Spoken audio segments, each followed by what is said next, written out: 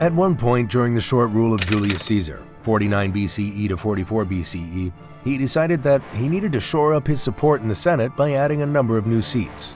This had been done before, but this time the men coming to Rome were not Roman.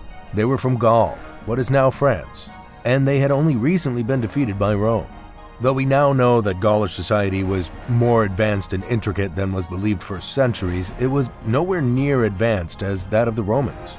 And the newly appointed senators were, by all accounts, stunned by the city of Rome. The size of it, the buildings of a type that existed nowhere else on this planet, the crowds, the teeming streets, the art and the technology. It was like they were on another planet. They did recognize one thing right away. Rome was full of slaves. Some were Gauls captured during Rome's wars with their homeland. Could the Romans have built their great city without slaves? Probably. But that wasn't the way of things in ancient Rome, or most other places in the world at that time. And like most other people that owned slaves, the Romans could be brutal. Very, very brutal.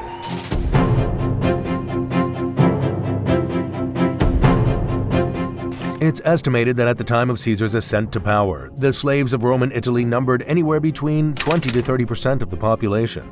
This may have been greater in Rome itself, with its constant building and growing population of citizens who needed to be supplied with labor, services, education, and more. And that more very much included sex, often in the form of sexual assault. Slaves did a variety of things for the Romans, and their society, just like that of the Roman society, was stratified. At the top were learned advisors to the leading men of Rome, many of them Greeks, who were regarded by the Romans as the epitome of civilization, until the Romans crushed them. Greek tutors, most still slaves despite the elevated title and likely better living conditions, were a status symbol in Roman high society. Next were domestic slaves, personal servants, servers, kitchen staff, cleaners, etc. Any Roman citizen that could afford a slave had one. It was a status symbol. At the bottom, though not on the ground floor so to speak, were workers on large farms, quarries, mines, marshes, and the like. These men, women, and children most often endured short, painful, miserable lives, though this depended to a large degree on their owners. Sometimes a family or individual, most often a company or group of wealthy people, who might treat their slaves with a little bit more humanity than others. The absolute worst situation for a slave was that of galley slave or worker in the mines. Galley slaves were the men who rowed Roman warships. They were often chained to their benches, left there in all weather and abandoned to die in times of trouble or defeat. Life in the mines, as you can imagine, well, hell on or in earth, especially when you consider that Rome used tons of lead and knew nothing of lead poisoning and its effects. Bottom line for the slaves, however, is that they were not free, and if they escaped and were recaptured, or attempted escape and were caught in the act, they could be sure of one thing: punishment would be soon incoming, and likely very harsh or fatal. One group of slaves were actually exalted in Rome, to a degree: gladiators, with some rising to a popularity rivaling that of a modern pop music superstar. Some gladiators, living through a number of fights or gaining their freedom because of the glory they had brought to their owners, were given their freedom. They, in turn, frequently owned their own stable of slaves or gladiators. Some slaves were skilled actors or singers, and traveled the Italian peninsula entertaining people, always supervised by their owners. Many of these people were extremely popular and did enjoy some privilege, but no matter how successful they were not free. Freedom was a dream for most slaves, one which they never achieved. Many had been slaves since childhood, taken during war or born by a slave mother. These boys and girls knew nothing of freedom, and to some degree, when the occasional slave revolt did occur, many had to be told what freedom actually meant. To be honest, many slaves preferred the devil they knew in Rome to a life on the run with possible excruciating torture at its end.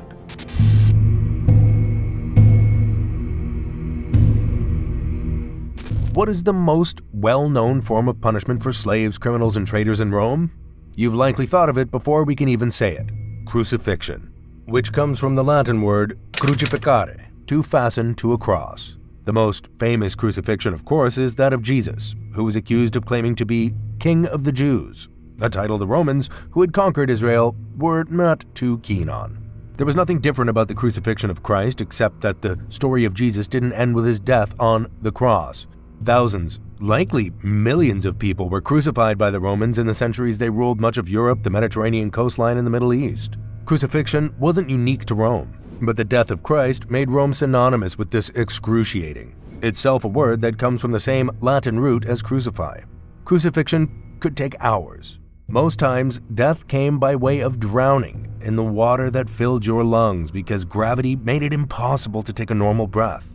Death could also come through exposure in the heat or cold. Pain and shock could also kill.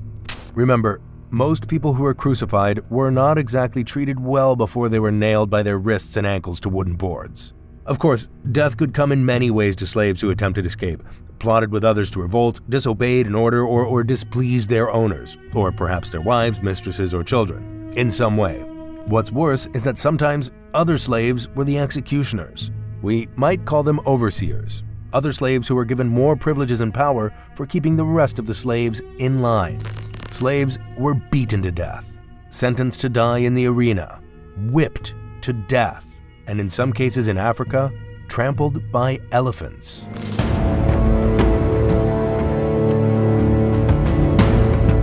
There were two ancient Romes, the city and the empire. One of the things the city was and is known for is the Colosseum, the stadium where huge gladiatorial and other events were held. However, many Roman cities had colosseums, which means amphitheater. One of the most intact Roman colosseums is in Nîmes, France, and gladiatorial games were held there too. There were hundreds of colosseums throughout the empire, some large, some small, and most were stained in blood. Not only did local and regional colosseums hold gladiatorial games, but they also acted as places of execution and, most horrifyingly, for execution as entertainment. Slaves were often executed or punished there. These were most often slaves guilty of revolt, or most famously for being Christian, before Rome adopted that religion. Slaves were sometimes dressed as former Roman enemies to reenact great battles from Rome's recent or distant past, and, as you likely know, many Christians and others were literally fed to the lions, tigers, or bears. Oh my. They were gored by bulls and oxen, trampled or gored by elephants, and much else. Whatever the Roman imagination could think of was often done. Wrapping people in pitch-covered linen and setting them on fire was a popular punishment at the beginning of the Christian era. The worst part of an awful end? People were cheering, while other people suffered.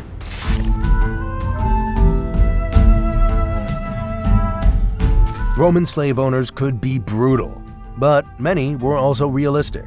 They knew some things that business people and governments today, if they're smart, keep in mind. People don't work as hard for a slave driver as they do for someone they trust and who treats them with respect. They'll revolt if they're driven too hard or insulted too often. Of course, even the kindest of Roman slave owners likely cracked the whip or flagellum to get their slaves to work at times. Of course, they always had their eyes open for possible revolt and crushed it as soon as they could, but some slave owners treated their slaves better than average, and generally speaking, slave revolts at these places were kept to a minimum, except when they weren't. The most famous slave revolt occurred in 73 to 71 BCE and was led by the Thracian Greek gladiator Spartacus. Spartacus and several other gladiators escaped from captivity and made their way south, hoping to reach Sicily, where two other slave revolts had occurred in the previous 100 years. Spartacus's uprising was not called a revolt by the Romans or historians. It's called the Third Servile War, for that's precisely what it was, a war. Spartacus was killed in combat, but many of his followers were not. Perhaps 6,000 were crucified on the hills overlooking the famous Appian Way leading into Rome.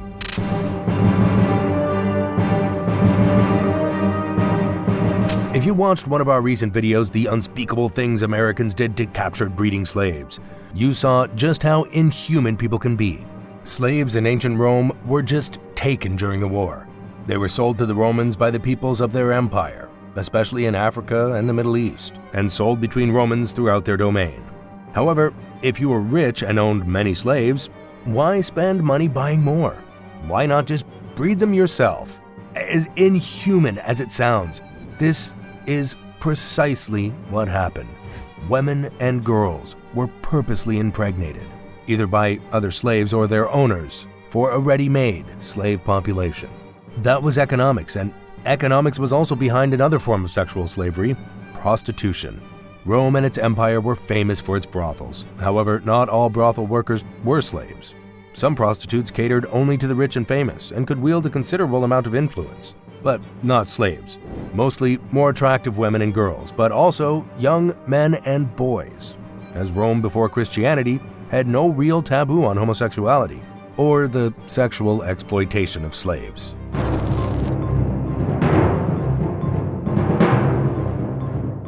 Once a slave, always a slave was the case for most Roman slaves, but not all. Many could and did get their freedom. Most often, these were the men and women that worked directly for their owners in the house or smaller farms, where people got to know each other well. Many were the slaves of rich and powerful men who rewarded their slaves with freedom in their wills or for some other specific reason, perhaps saving their lives, etc.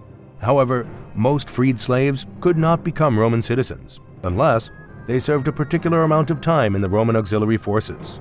This privilege was reserved for men of a certain age and took years to achieve.